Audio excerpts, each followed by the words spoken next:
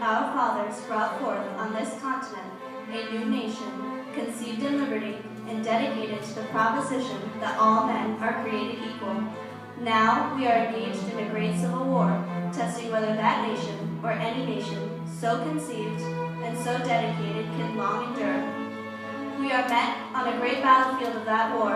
We have come to dedicate a portion of that field as a final resting place for those who here gave their lives that that nation might live. It is altogether fitting and proper that we should do this. But in a larger sense, we cannot dedicate, we cannot consecrate, we cannot hallow this ground. The brave men, living and dead, who struggled here, have consecrated it far above our poor power to add or detract. The world will little know nor long remember what we say here, but it can never forget what they did here.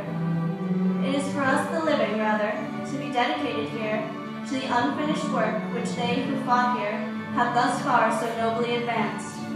It is rather for us to be here, dedicated to the great task remaining before us, that from these honored dead we take increased devotion to that cause for which they gave the last full measure of devotion, that we here highly resolve that these dead shall not have died in vain, that this nation, under God, shall have a new birth of freedom, and that government of the people, by the people, for the people, shall not perish from the earth.